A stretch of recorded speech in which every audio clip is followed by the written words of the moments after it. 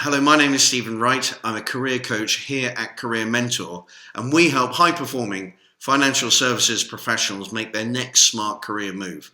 So we know it's coming, we can anticipate it, but how many of us have really prepared for this tricky question? And the question during the interview process is, what are your salary expectations? It is tricky and awkward, and it's probably worth thinking through some of the factors around it so that we can understand what are the best ways of handling this question. So there are a few considerations. Let's go through them.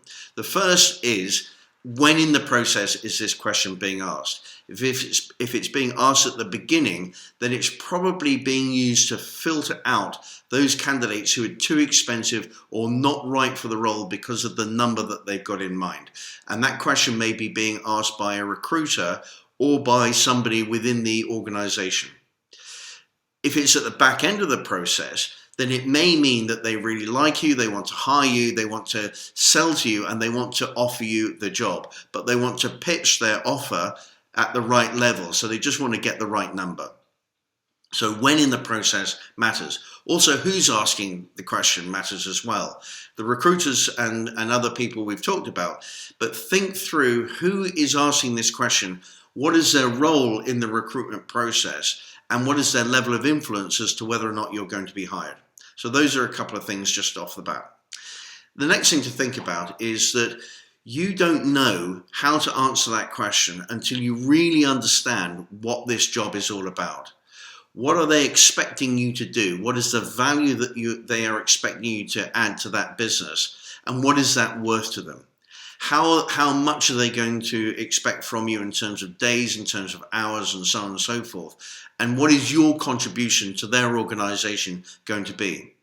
And on the other hand, you don't know what all of the reward for that effort is going to be, because the base salary number is only one of many components of the total remuneration package.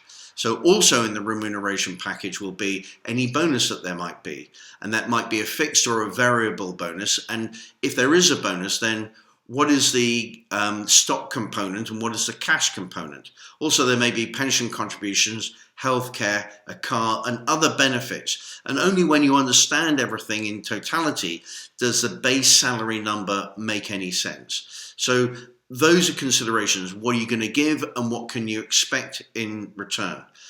The next thing to say is that the employers are under a number of different constraints.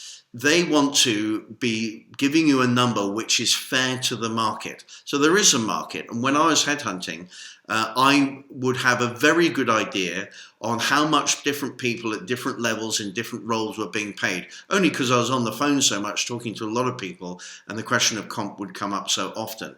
But I was able to say, for example, what a year 3 VP FIG M&A person was probably being paid, both base and total comp. And so there is a market for things, and you should be aware of where your market number is, as indeed should be the recruiter and the employer. The other constraint that's going on here is that the employer, if you're going to employ you to their firm, does not want to bring you in at a level of pay which is significantly higher than the other people that they've got in their organization which are doing something similar to you. They're going to want to bring you into the firm online, and they want to try and ensure that. One way in which the employer can think about comp is to say, well, we'll just pay them what they're being paid now, plus 10 or 15%, and that'll be fine. But what if you're currently being paid well below where the market is at, and you join them with that extra 10%, and you're still being underpaid to the market? So those are some considerations around this. So how then do you answer the question? What are your salary expectations? Well, you'll be tempted to relieve the stress or the pressure in the moment of the interview, perhaps by giving a bracket number. Well, kind of within these two numbers. And the problem with that is that A, you don't want to price yourself out of the job. That is a concern. So you might bring that top number down. And secondly, you don't want to lock yourself into a number which is below where you really should be. Also, there may be some supply and demand going on. So if they've been looking for some time and cannot find somebody with your specific skills, experience, and ability to add value in the way in which their business needs it, then there is a supply and demand issue, and they may be prepared to pay more than what they think the market would be saying. So it's a really tricky one, giving yourself a bracket. I'm not sure what the right answer to all of this is, but I would say that perhaps one way is to push the question back in a couple of ways. The first would be, what are your salary expectations? Well, I'm very happy to talk about numbers when I understand exactly what is required of this job. What value are you going to expect for me to bring to the business, and what is that worth to the firm? So when I understand what is entailed, the culture, the resources you're going to give me, and my ability to add value, then I'm going to have a clearer idea of what I'm worth to you. Also, I'm happy to discuss all those numbers when I understand the entire compensation package, because after all, the base number, the salary number, is only one of many components. So that's one way of pushing that question back. The other way of pushing the question back is to say, I'm not really sure what the right number for me is. I know what I'm currently being paid, but I don't know if that is good for the market, above or below where the market is. Perhaps you have a feel for where the market number is for somebody with my skills, experience, and ability to add value. So it's a long-winded way of saying it's complicated. There are a number of factors at play, and you do want to help the employer.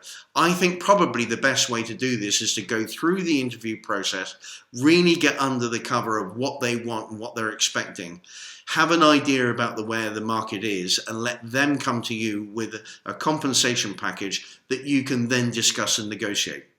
The final thing to say is, of course, there are some softer benefits perhaps of joining this firm. For example, it may be great to get their brand name onto your CV. You're going to meet a whole load of new and hopefully very interesting people.